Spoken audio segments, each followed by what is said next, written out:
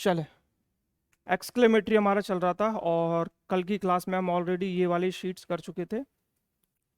ठीक है, ऐसे वर्ड जिसमें कोई एक्सक्लेमेटरी वर्ड आता है, जैसे अलास है, ठीक है, आ है, या फिर एक्स वाई जेड कुछ भी है, हुर्रे है, ये सब चीज़ें आ सकती हैं। ठीक है, शीट में इसके सबसे आपको लास्ट में दे दूंगा एग्जाम्पल। अभी हम रूल्स को पहले कंप्लीट करते हैं, अगर हम शीट्स को करते जाएंगे थोड़ा सा टाइम वेस्ट हो जाएगा। चलिए, इस क्लास में हम देखने वाले हैं ऐसे सेंटेंस जो हाउ और व्हाट से बनते हैं। देखिए, एक्सक्लेमेटरी में हर बार ये नहीं होता कि एक्सक्लेमेटरी वर्ड लगे। जैसे कई बार आप बोलते हो कितना बड़ा है ये, कितना सुंदर है ये, तो ये सारी चीजें भी हमारे लिए क्या करती हैं, एक आश्चर्य, सरप्राइज या फिर कोई एक्सक्लेमेटरी एलिमेंट को लेके आती हैं। तो ऐसे वर्ड जिसमें हाउ या व्हाट आ रहा है एक्सक्लेमेटरी के साथ में, वो भी हमारा एक्सक्लेमेटरी के अंदर ही आ जाएगा। रूल्स देखें, इसमें रूल्स क्या होगा, जब भी आप इसको चेंज करोगे, अभी लिख लीजिए रूल्स, जब एग्जाम्पल आएगा थोड़ा सा आपको और बेटर समझ में आ पाएगा। चलिए, जब भी आप इसको चेंज करोगे इन्वर्टेड कॉमा के अंदर हटाकर, तो आपको पहले एक सब्जेक्ट लेना है, उसके बाद में वर्ब लेना है। वर्ब चाहे तो आपकी हेल्पिंग वर्ब हो या फिर मेन वर्ब हो, उससे फर्क नहीं पड़ता। वेरी इसमें लगना स्टार्ट हो जाता है, एक एडवर्ब का आना इसमें तय हो जाता है। उसके बाद में कोई भी एडजेक्टिव हो सकती है या वापस कोई एडवर्ब हो सकता है। कंजंक्शन हटाकर हम क्या यूज करेंगे, कंजंक्शन हटाकर हम दैट का यूज करेंगे। एक क्वेश्चन देखें, लिखा हुआ है he said how cold it is. ठीक है, हाउ से स्टार्ट हुआ है और लास्ट में आपके क्या लगा है, एक्सक्लेमेटरी। पुराने जो हमने वीडियो देखी है, जब सबसे लास्ट में एक्सक्लेमेटरी वाली, वहीं से हम रूल्स को फॉलो करेंगे। हमने क्या पढ़ा था वहां पर, सेट को हटाकर हम क्या यूज करते हैं, एक्सक्लेम्ड विथ। अगर पुराने वीडियो नहीं देखे हैं तो पहले पुराने वीडियो देखें, तब इस वीडियो को देखें, अदरवाइज ये समझ में नहीं आ पाएगा। ऑलरेडी हम टफ वाले पैटर्न्स को अब समझ रहे हैं। सेट को हटाकर हम क्या यूज करेंगे, एक्सक्लेम्ड विथ। ठीक है, उसके बाद में इन्वर्टेड कॉमा हटाकर हमारा लग जाएगा इस पैटर्न में subject plus verb plus very. Conjunction हमारा क्या आ जाएगा, दैट। अब दूसरा में कुछ सरप्राइज एलिमेंट, भाई हाउ कोल्ड इट इज, इसमें कौन सी फीलिंग आ रही है, इसमें दो फीलिंग आ सकती है, तो जॉय की फीलिंग आ सकती है या फिर सरप्राइज की फीलिंग आ सकती है। डिपेंड करता है कि एग्जामिनर हमें क्या देने वाला है। ही सेट को हटाकर एक्सक्लेम्ड विथ, ये हर बार आएगा ऑटोमेटिक। जॉय की इसमें फीलिंग डाल दी है, सरप्राइज भी लिख सकते हैं, इसमें कोई दिक्कत वाली बात नहीं है। बीच में इन्वर्टेड कॉमा हटाकर हम क्या यूज करेंगे, दैट। उसके बाद में ये यहाँ पर इट रह गया है, थोड़ा सा टाइपिंग एरर है। इसके बाद में यहाँ से देखिए, हमें एक सब्जेक्ट लेना है और एक वर्ब लेना है, और सब्जेक्ट और वर्ब इसकी कहाँ पर है, सबसे लास्ट में है, तो हम उसको पहले लेके आएंगे। इट को हम पहले लेके आएंगे, फिर हो जाएगा, ये हटा देना, ये इट है, पूरा सिर्फ इट है। ठीक है, इट को हम लेके आएंगे। टेंस के रूल इसमें एज इट इज लगेंगे। इज एम आर हमारा वॉज वर्ब में कन्वर्ट हो जाता है, वेरी हमने लगाया और साथ में हमने एक एडजेक्टिव को लगाया। इस फॉर्मेशन के साथ हम इसको कंप्लीट करेंगे। He exclaimed with Joy that it was very cold. ठीक है, ये वाली चीज को हमें यहाँ पर अप्लाई करना है। क्लियर है, तो पुराना वाला एक्सक्लेमेटरी वाला जरूर देखें तो ही समझ में आएगा, वरना यहाँ से आपको बीच में से समझ में नहीं आएगा। चलिए, एक और देखें, he said how smart you are. ठीक है, किससे शुरू हुआ है, हाउ से स्टार्ट हुआ है, यहाँ पर एक्सक्लेमेटरी है, वो रह गया है निशान। चले, इसको चेंज करेंगे। कौन सी फीलिंग आ रही है इसमें, सरप्राइज की फीलिंग हम बोल सकते हैं, जॉय की फीलिंग भी बोल सकते हैं। यहाँ पर सरप्राइज यूज किया गया है, he exclaimed with surprise, inverted comma हटाकर दैट। हमें क्या लेना है, पहले एक सब्जेक्ट लेना है। सब्जेक्ट यहाँ पर क्या है आपका, यू है। ठीक है, अब यहाँ पर एक चीज छोटी सी चेंज कर दें, थोड़ा सा रह गया, यहाँ पर यू नहीं आएगा। यू आपका कौन सा है, आपका यू आपका सेकंड पर्सन है, जो किससे चेंज होगा, ऑब्जेक्ट से चेंज होगा। ऑब्जेक्ट यहाँ पर अगर नहीं दिया है, मैंने शुरू में ही बताया था, तो ऑब्जेक्ट को बाय डिफॉल्ट आप क्या मान लोगे, हिम मान लोगे। और हिम किस में चेंज हो जाता है, हिम आपका हो जाएगा ही और शी में, सॉरी ही में चेंज होगा, हर आपका सी में चेंज हो जाएगा, तो ये हो जाएगा that he. Is am are किस में चेंज होगा, आपका वॉज या वर में। वेरी आपका लग जाएगा और उसके बाद में जो आपका एडजेक्टिव रखा है वो एज इट इज आ जाएगा। थोड़े बहुत इसमें टाइपिंग एरर हो गया है, या यू की जगह ही कर लेना और ये इसको काट कर इट कर लेना। ठीक है, चले, नोट करना चाहें तो नोट कर सकते हैं। इसके बाद में अच्छा दूसरा वाला पैटर्न है, इसको नोट कर लीजिए, चाहे तो स्क्रीनशॉट ले लीजिए। चले, चलिए अब इसी में हम थोड़े से एक और पैटर्न पर आगे बढ़ते हैं। जब सब्जेक्ट अवेलेबल ना हो, when subject is not available, छोटा आई आना चाहिए था, चलिए कोई बात नहीं।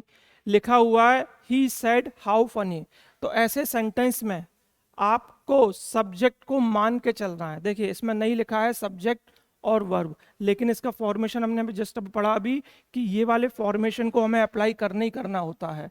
अब इसमें सब्जेक्ट है ही नहीं है, तो हम क्या कर सकते हैं, हमें एक अपने तरफ से सब्जेक्ट डालना होगा, जो हम क्या डालेंगे, इट और इज। ठीक है, कुछ नहीं है तो बाय डिफॉल्ट आप क्या डाल दोगे, इट इज। हम मान के चलते हैं इसमें इट इज लिखा है। दूसरी चीज फिर बता दूं, अगर कहीं ऑब्जेक्ट नहीं दिया होता है, पहले वाले केसेस में जहां पर बात को कहा जा रहा है, ही सेड, उसने किससे बोला, तो हम बाय डिफॉल्ट टू हिम मान लेते हैं। और हम इसका यूज कब करेंगे, जब हमारे सन के फॉर्मूले में अगर कभी ऑब्जेक्ट से चेंज करने की बारी आ जाएगी तो हम इस हिम का यूज करेंगे। अदरवाइज नहीं लिखा है तो हम इसको एज इट इज ही छोड़ देंगे। चलिए चेंज करें तो हम इसको क्या करेंगे, ही एक्सक्लेम्ड विथ जॉय। हम किसी को बोलते हैं कितना फनी है ये, कितना मजाकिया है ये, तो यहाँ पर हमें कौन सी फीलिंग मिल रही है, यहाँ पर हमें मिल रही है जॉय की फीलिंग, खुशी की feeling. He exclaimed with Joy, inverted comma हटाकर हमने दैट का यूज किया। इट हमें बाय डिफॉल्ट यूज करना ही करना है। इज एम आर आपका किस में चेंज हो जाएगा, वॉज में, वेरी ले लिया और उसके बाद में हमने क्या ले लिया, फनी ले लिया। ठीक है, इट आपका थर्ड पर्सन होता है तो नो चेंज होता है, तो कुछ हमें सब्जेक्ट ऑब्जेक्ट यहाँ पर देखने की जरूरत नहीं पड़ेगी। अगला वाला देखें, he said what a beautiful scenery this is. ठीक है, व्हाट से स्टार्ट हुआ है, चले चेंज करें तो क्या होगा, ही एक्सक्लेम्ड विद सरप्राइज। यहाँ पर एक सरप्राइज का एलिमेंट है और यहाँ पर बहुत मैटर नहीं करता सरप्राइज है जॉय है, इससे रिलेटेड क्वेश्चन एग्जामिनर नहीं पूछेगा, इतनी छोटी छोटी चीजों में आपको नहीं फंसाएगा, वो असली चीज देखेगा। यहाँ पर दैट है, आपने टेंसेस को प्रॉपर यूज किया है कि नहीं, वेरी को यूज किया है कि नहीं, इस टाइप के एलिमेंट्स आपके पेपर में चेक किए जाएंगे। चलिए दैट आ गया बीच में, दिस आपका आपका एक सब्जेक्ट है। ठीक है, यहाँ पर एक और चेंज कर लें, यहाँ पर दिस नहीं आएगा, यहाँ पर वापस दैट आना था। ठीक है, ये वाला दैट आपका एज ए कंजंक्शन यूज हुआ है और ये वाला दैट आपका एज ए सब्जेक्ट यूज हुआ है। दिस का क्या हो जाएगा, that, that was a very beautiful scenery, as it is हम लिखेंगे, वेरी के बाद में एडजेक्टिव जो भी हमारा लग रहा है वर्ड वो पूरा का पूरा वैसा आ जाएगा। चले, नोट करना चाहे तो नोट कर लीजिए।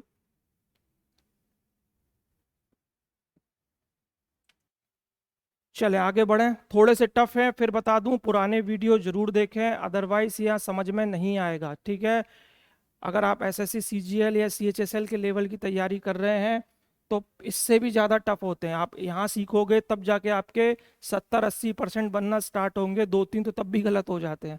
ठीक है, तो ये टफ नहीं है, ये रिक्वायरमेंट है आपकी, इससे नीचे आप नहीं जा सकते। चलिए, he said what a pleasant surprise, लिखा हुआ है कई बार कि कितना ही प्लेजेंट सरप्राइज है। चलिए यहाँ पर व्हाट के बाद में देखिए ए लगने से कोई भी चीज क्या हो जाती है, वो नाउन फॉर्म में कन्वर्ट हो जाती है। ए लगता है, आर्टिकल लगता है किसी भी एडजेक्टिव के पहले, तो वो क्या बन जाता है, नाउन फॉर्म में कन्वर्ट हो जाता है। ठीक है, चेंज करें इसको, ही एक्सक्लेम्ड, आगे कुछ लिखा नहीं, यहाँ पर विद सरप्राइज आना चाहिए था। He exclaimed with surprise, typing error बहुत ज्यादा है इसमें। He exclaimed with surprise that, ठीक है, दैट आने के बाद में यहाँ पर इट वॉज आ जाएगा, बहुत ज्यादा गलत हो गया, ये इस की जगह हम क्या यूज करेंगे, इट। फिर बता देता हूं मैं, he exclaimed with surprise that, इसको हटा देना, ये एस की जगह टी टाइप होना था, it, it was a very pleasant surprise, बहुत ही प्लेजेंट यानी कि सुहावना, यानी कि मन को मोहने वाला सरप्राइज है। क्लियर है, चलिए आगे बढ़े हम। छोटी सी चीज है, इसमें कुछ ज्यादा सीखने लायक है नहीं है, सिर्फ ये बता रहा हूं कि कई बार नाउन फॉर्म भी आ जाए, ठीक है, तो हमें उसका भी यूज करना है। और अगर हमारे पास में इट नहीं दिया है तो हम उसको बाय डिफॉल्ट मान के चलेंगे इट इज में, और चेंज करते समय उसको क्या कर देंगे, इट वॉज। चले, नो चेंजेस, नो चेंजेस, कुछ एक्सेप्शन भी देख लें। ये भी बड़े काम के हैं। अब हर बार हमें टेंस में चेंज नहीं करना है। अगर सेंटेंस में कहीं नीड नॉट लिखा आ जाए, यूज टू लिखा आ जाए, वुड लिखा आ जाए, rather, would better, had rather या had plus V three, should, must, might और ऑट, ये ऑलरेडी कोई दिया होता है तो चेंज होते हैं। हैज और हैव आपका हैड में चेंज होता है, विल आपका वुड में चेंज होता है, हैव आपका हैड में, मे आपका माइट में। तो ऑलरेडी ये चेंज है, तो चेंज है तो इनको कभी भी चेंज नहीं करते। एक्सक्लेमेटरी वाले से कोई लेना देना नहीं है, थोड़े से अलग है ये। चलिए लिखा हुआ he said I use to go to school by bus, general question है, एक्सेप्शन वाले हैं, जस्ट आपका खत्म होने वाला है टॉपिक। चलिए अब यहाँ पर यूज टू लिखा हुआ है, यूज टू को एज ए टेंस हम कोई भी चेंज में हम लेके नहीं आएंगे। क्या होगा, ही सेड। अब एक चीज मैं फिर बता दूं, अगर सेड के बाद में टू लगा होता है तो ही आप उसको टोल्ड में कन्वर्ट करोगे। अगर सेट के बाद में टू नहीं लगा है तो आप उसको टोल्ड में कन्वर्ट नहीं करोगे, ठीक है। क्योंकि टोल्ड आपकी कैसी है, टोल्ड है आपकी ट्रांसिटिव वर्ब जिसके बाद में एक ऑब्जेक्ट की आवश्यकता पड़ती है। चलिए ही सेड दैट, आई आपका फर्स्ट पर्सन है, सब्जेक्ट से चेंज होगा, सब्जेक्ट ही आपका ही में रह जाएगा। ये फिर बता दूं, अगर कहीं ऑब्जेक्ट की जरूरत पड़ रही है यहाँ पर और नहीं दिया है तो हम बाय डिफॉल्ट हिम को मान के चलेंगे, ठीक है। चले अभी फिलहाल ही हो जाएगा, he use to go to school by bus, as it is रहेगा, कुछ ज्यादा इसमें हमें दिमाग नहीं लगाना है। अगला वाला देखें, he said to me you should help the poor, should लिखा है, शुड ऑलरेडी शुड में रहेगा, यहाँ पर हमें कोई चेंजेस नहीं करना है। She told me that, you आपका सेकंड पर्सन है, ऑब्जेक्ट से चेंज होगा, ऑब्जेक्ट आपका मी है, मी का आपका क्या हो जाएगा, आई। सन का फॉर्मूला याद होना चाहिए, फर्स्ट और सेकंड डे के वीडियो में मैंने सन के फॉर्मूले को ही अच्छी तरह सिखाया है, नोट करना चाहे तो नोट कर लीजिए।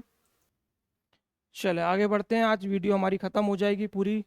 अगर कहीं सेंटेंस में यूनिवर्सल ट्रूथ, हिस्टोरिकल इवेंट, इस टाइप के वर्ड आ जाए तो ये कभी भी चेंज नहीं होते। यूनिवर्सल ट्रूथ क्या होते हैं, अर्थ सन के चारों तरफ मूवमेंट्स वो घूमती है, ठीक है। गांधी जी ने क्विट इंडिया मूवमेंट शुरू किया था, ये क्या है आपका हिस्टोरिकल इवेंट, ठीक है।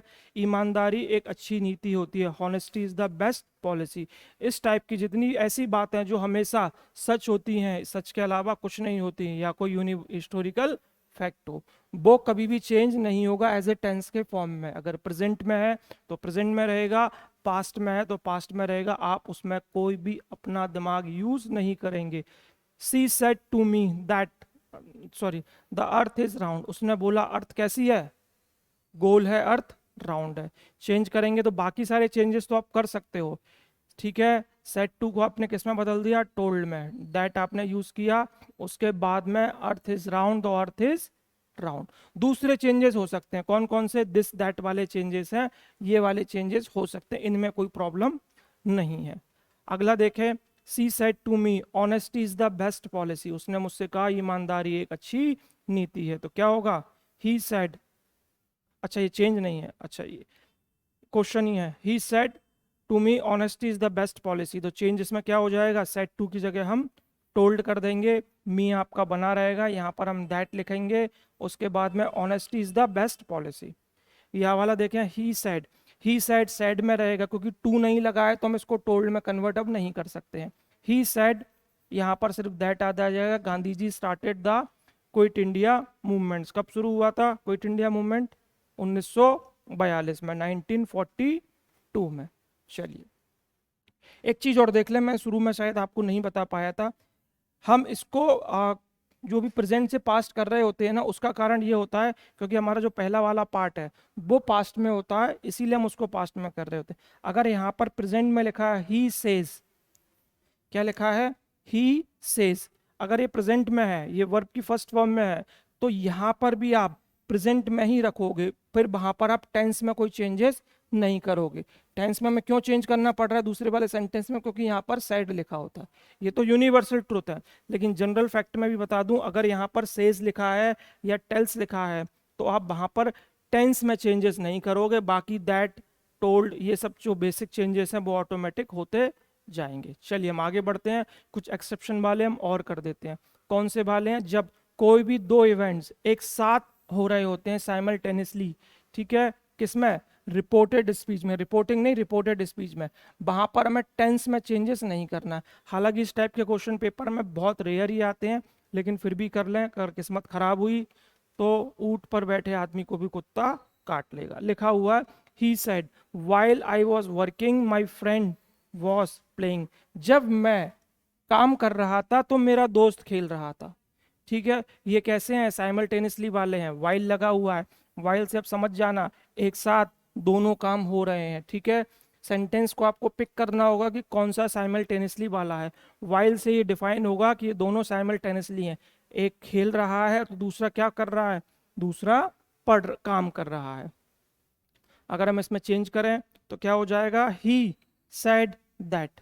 ठीक है, टोल्ड हो नहीं सकता क्योंकि सेड के बाद में टू नहीं है। वाइल पर्सन आपके चेंज होंगे, फर्स्ट पर्सन आपका क्या है, फर्स्ट पर्सन आपका सब्जेक्ट से चेंज होगा, सब्जेक्ट आपका क्या है, आई है, sorry first person sorry I है, आई आपका सब्जेक्ट चेंज होगा और सब्जेक्ट क्या है यहाँ पर, ही है, ही का क्या हो जाएगा, ही वॉज वर्किंग। अब my age a objective change हुआ है, सन का फॉर्मूला एज ए ऑब्जेक्टिव भी मैंने सिखाया था डे 1 डे 2 के वीडियो में ही आपको पता चलेगा। माई आपका फर्स्ट पर्सन है, लिखा हुआ ही का क्या हो जाएगा, हिज फ्रेंड वॉज प्लेइंग। बहुत रेयर आते हैं लेकिन कभी आ जाए तो ध्यान रखना कि वाइल लगा हुआ है तो ऐसे सेंटेंस में हम चेंजेस ना करें। ठीक है, चलिए आगे बढ़ते हैं हम लोग। स्क्रीनशॉट लेना चाहे तो ले सकते हैं आप, अदरवाइज आप इसको नोट भी कर सकते हैं। चलिए आगे बढ़ते हैं, खत्म होने की कगार पर है। चलिए कोई ऐसे सेंटेंस जिसमें अनरियल फैक्ट हो या इमेजिनरी सेंटेंस हो, ऐसे में भी टेंसेस चेंज नहीं होते। यदि मैं प्रधानमंत्री होता, क्या है ये, इमेजिनरी है, कल्पना है मेरी, ऐसा होने तो वाला है नहीं है। यदि मैं एक पक्षी होता, क्या है मेरी, इमेजिनेशन है, एक कल्पना है, कभी पूरी तो होगी नहीं। तो ऐसे सेंटेंस में भी कभी भी हम टेंस में चेंजेस नहीं करते। हालांकि ये भी पेपर में कम आते हैं लेकिन फिर भी देख लीजिए। लिखा हुआ है she said if I were a word, यदि मैं एक पक्षी होता, I would fly in the sky, मैं आसमान में उड़ान भरता। चलिए चेंज देखें, शी सेड दैट हो जाएगा, आगे एज इट इज रहेगा इफ। पर्सन हमेशा चेंज होते जाएंगे क्योंकि पर्सन जो आज जो अपनी बात कर रहे हैं कल उनकी बात कोई दूसरा करेगा, तो ऑटोमेटिक पर्सन को चेंजेस हमें करना पड़ेगा। चलिए लिखा हुआ है क्या, आई आपका कौन सा है, फर्स्ट पर्सन है, फर्स्ट पर्सन किससे चेंज होगा, सब्जेक्ट से। सब्जेक्ट क्या है, शी का रहेगा, शी वर ए वर्ड। फिर यहाँ पर आई आपका फर्स्ट पर्सन है, सेम उसका भी क्या हो जाएगा, she would fly in the sky. Clear है, चलिए गाड़ी आगे बढ़ाएं। नोट करना चाहे तो नोट कर सकते हैं, स्क्रीनशॉट लेना चाहे तो स्क्रीनशॉट ले सकते हैं, आपकी इच्छा है। फर्स्ट पर्सन आपका चेंज होगा, सब्जेक्ट से चेंज होगा। सब्जेक्ट क्या है आपका, ही है, और ही आपका किस में रहेगा, ही आपका ही में ही बना रहेगा। इज एम आर आपका किस में चेंज हो जाएगा, वॉज या वर में। बाकी एज इट इज आपका सेंटेंस बना रहेगा, प्राउड ऑफ हिम। ठीक है, एक आध और देख लें, इस टाइप का भी है। अब इस टाइप में क्या हुआ है, I said to him Ram why do you waiting here, तुम यहाँ क्यों इंतजार कर रहे हो। ठीक है, अब सेम चीज वो राम से बोल रहा है और राम को उसने कहाँ रख दिया है, राम को इन्वर्टेड कॉमा के अंदर उठाकर रख दिया है। चेंज करेंगे तो क्या करेंगे, रान हो गया, राम कर देना। चलिए चलिए, I asked Ram, said to की जगह हमने क्या यूज कर लिया, आस्क्ड। अब हिम को हम यूज नहीं करेंगे क्योंकि राम के बारे में बात कर रहा है, तो हम क्या करेंगे, सीधे राम को ही अंदर ले आएंगे। दूसरी चीज आपको इंटेरोगेटिव वाले बताए थे, WH वाले जो रूल फॉलो कर रहे थे, वो हम रूल को फॉलो करते जाएंगे। पुराने वीडियो देखें वरना समझ में नहीं आएगा। चलिए वाई से स्टार्ट करेंगे क्योंकि वाई अब एज ए कंजंक्शन का हमारे काम कर रहा है, दैट का यहाँ पर यूज नहीं होता है। अब ये प्रेजेंट इंडेफिनिट में है, डू डज आपका किस में चेंज हो जाएगा, डू डज आपका चेंज हो जाएगा वॉज या वर में। यू आपका सेकंड पर्सन है, सेकंड पर्सन आपका अब राम है, ऑब्जेक्ट है, ऑब्जेक्ट आपका कोई भी नाम ही और शी में कन्वर्ट हो जाएगा, ही वॉज वेटिंग। हेयर किस में चेंज हो जाएगा, हेयर आपका चेंज हो जाएगा देयर में। चलिए और एक आध इसमें देख लें, नहीं है यही है। चलिए नोट करना चाहे तो नोट कर सकते हैं और स्क्रीनशॉट लेना चाहे तो स्क्रीनशॉट ले सकते हैं। नोट करेंगे तो लंबे जाओगे और स्क्रीनशॉट लोगे तो कहीं वो खो जाएंगे। चलिए ऐसे वाले देख लें जिसमें हम कोई विश करते हैं, ठीक है। विश क्या, जैसे गुड मॉर्निंग बोला किसी को, गुड इवनिंग बोला, इस टाइप की कम बात बोलते हैं तो ये विशेष में आ जाते हैं। ऐसे में हमें क्या करना है, क्वेश्चन देखे, करण सेड टू मी, क्या बोला उसने, good morning, I am happy to see you, मुझे आपको देखकर खुशी हुई। ठीक है, तो जब भी कोई विश करे तो पहले हमें विश के रिप्लाई देना है, करण विश्ड मी। ठीक है, अब यहाँ पर सेट टू की जगह टोल्ड नहीं लिखा है, सामने वाले ने विश किया है तो हमने विश कर दिया, विश के अंदर वो टोल्ड आ गया, यानी कि उसकी बात को रिप्लाई किया। करण ने मुझे विश किया, क्या विश किया, गुड मॉर्निंग, गुड मॉर्निंग, उसके बाद में हम एंड लगाकर। ठीक है, अब हम आगे का सेंटेंस बढ़ाएंगे कि करण ने क्या बोला, सेड दैट ही, यहाँ से पूरा चेंज हो जाएगा, ही वॉज हैप्पी टू सी मी। बाकी चेंजेस देख लें, यू आपका सेकंड पर्सन है, मी से चेंज होगा, मी का मी बना रहेगा। ऑब्जेक्टिव चेंज देखें सन के फॉर्मूले के। ठीक है, यहाँ पर आपका आई दिया हुआ है, फर्स्ट पर्सन है करण, करण आपका ही और शी में चेंज हो जाएगा तो हमने ही लिख दिया। अब यहाँ पर दो तीन चीजें देखें, जरूरी नहीं है कि इस टाइप से ही सेंटेंस एग्जामिनर चेंज कर दे, वो इसमें कई तरीके से चीजें घुमा सकता है। कैसे घुमा सकता है, हो सकता है विश को वो लास्ट में ले आए, शुरू में ना ले आए, या पहले ये लिख दे कि करण विज्ड मी, ठीक है, या विज्ड हिम, जो भी है, या करण विज्ड गुड मॉर्निंग, और उसके बाद में बाकी वाले सेंटेंस को फिर से रिपीट कर दे करण से। तो वो एग्जामिनर की चॉइस के ऊपर है, लेकिन हमें पिक कैसे करना है कि एग्जाम में क्या क्या पूछे जाएंगे। पहली चीज, अगर कहीं गुड मॉर्निंग यूज किया है तो उसको यूटिलाइज करेंगे विश से, आगे यूज करें, पहले यूज करें, बाद में यूज करें, यूटिलाइजेशन उसका जरूर होगा। दूसरी चीज है, आपको टेंस को पकड़ के रखना है, क्या इज एम आर आपका वॉज वर्ब में कन्वर्ट हुआ है, आई आपका फर्स्ट पर्सन है, यू आपका सेकंड पर्सन है, इसके चेंजेस एज इट इज बने रहे हैं। ठीक है, अगर पूरा हम देखेंगे, इसको रट लेंगे तो हम फंस जाएंगे। एग्जामिनर विश को कहीं भी यूज कर सकता है, आगे या पीछे। हाँ, ये बात तय है कि गुड मॉर्निंग हटाकर वो विश को जरूर लेके आएगा। चले आगे बढ़े, यहाँ से थोड़े से टफ हो जाते हैं, आपको आपका दिमाग यूज करना पड़ेगा। चले क्वेश्चन टैग वाले देख लें, ये भी कई बार एक दो बार आ गए हैं। She said to me you are going to watch a movie, aren't you. Question tag वाले करने से पहले आपको क्वेश्चन टैग आना बड़ा जरूरी है। कई बार हम हिंदी में यूज करते हैं, है ना, तुम स्कूल जा रहे हो ना, तो इस टाइप को हम बोलते हैं क्वेश्चन टैग। हम हिंदी में भी यूज करते हैं, हमें पता नहीं होता, सेम इंग्लिश में भी यूज करते हैं। अब इसकी खास बात क्या होती है, अगर यहाँ पर किसी ने अफर्मेटिव में कोई चीज बोली है, तुम मूवी देखने जा रहे हो, तो इसका क्वेश्चन टैग बनेगा जा रहे हो ना, तो क्वेश्चन टैग इसका क्या बनेगा, नेगेटिव बनेगा। ठीक है, तुम टीवी देखते हो ना, तो इसका क्वेश्चन टैग बनेगा कैसा, नेगेटिव बनेगा। आज बारिश होगी ना, तो इसका क्वेश्चन टैग कैसा बनेगा, नेगेटिव। यदि बात अगर कोई भी अफर्मेटिव में रखी गई है तो उसका क्वेश्चन टैग हमेशा क्या बनेगा, नेगेटिव बनेगा। ये तो एक बेसिक सी चीज हो गई, सिर्फ ये चीज एक्स्ट्रा जोड़ रही है। अब हम इसको यूटिलाइज कैसे करेंगे, लिखा हुआ है she said to me you are going to watch a movie, aren't you, जा रहे हो ना। अब देखिए क्या करना है, इसमें प्रश्न पूछा है। अब यहाँ पर तो प्रश्नवाचक नहीं लगा है, क्वेश्चन मार्क नहीं लगा है, लेकिन यहाँ पर तो हमारे क्लियर हो रहा है ना कि कहीं ना कहीं क्वेश्चन पूछा है, और क्वेश्चन पूछा है तो सेड टू हमेशा किस में चेंज होगा, आस्क में चेंज होगा। इंक्वायर्ड भी आ सकता है, इंटेरोगेटेड भी आ सकता है, लेकिन 90% जनरल केसेस में क्या आता है, आस्क आता है। मी यूज किया, इन्वर्टेड कॉमा हटाकर हमें इफ या वेदर का यूज करना है, हम ऑलरेडी पढ़ चुके हैं। अब लिखा हुआ है हमारा यू आपका कौन सा पर्सन है, यू आपका सेकंड पर्सन है, मी से चेंज होगा, मी का क्या हो जाएगा, I was going to watch a movie. अब सवाल ये उठता है इस आर एंड यू का क्या हुआ, ये आर एंड यू यहाँ से हट जाएगा। सिर्फ इसका काम क्या था, इस सेंटेंस को पूरे को इंटेरोगेटिव में चेंज करवाना, बस ये बताने के लिए था। दूसरी चीज, यू और आर अब इसकी जरूरत नहीं है, क्योंकि इस पूरे सेंटेंस में अब अफर्मेटिव बन गया।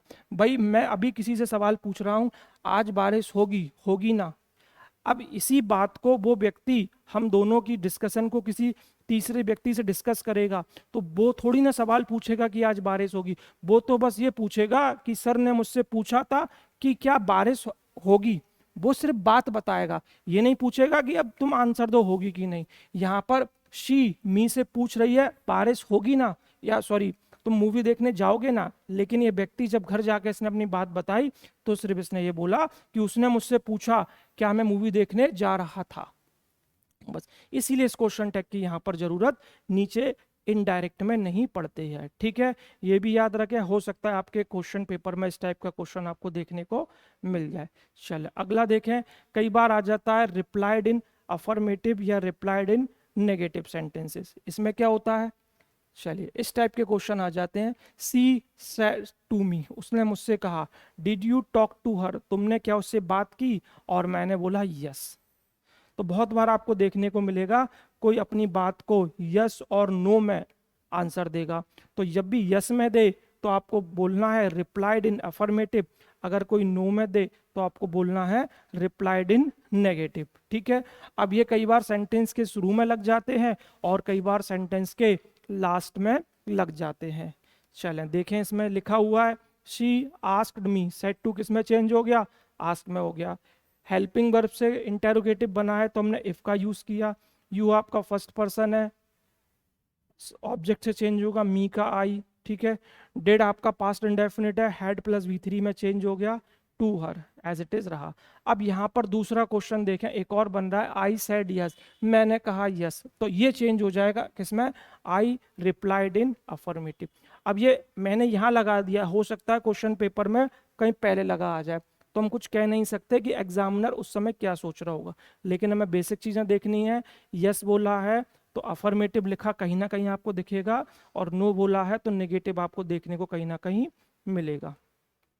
फिर देख लीजिए, इस टाइम में भी कई बार आंसर आ जाता है। She asked me if I had talk to her, I answered. आप रिप्लाई की जगह क्या यूज कर दिया, I answered in the affirmative. तो हो सकता है ऐसे टाइप में आपको देखने को मिल जाए। रिप्लाई की जगह क्या यूज कर दिया उन्होंने, आंसर्ड। मतलब दोनों के एक ही हैं, कोई ज्यादा उसमें चेंजेस नहीं है। चलें नोट करना चाहें तो नोट कर लीजिए। आगे बढ़ते हैं, खत्म होने की कगार पर है। चलिए, कई बार रेस्पेक्टफुली वर्ड यूज करना होता है हमें। चलिए उसके लिए हम क्या करेंगे, जैसे Raju said to me, Raju ने मुझसे बोला, कहाँ गया भैया, पेन चला गया, एक मिनट पेन ले लें।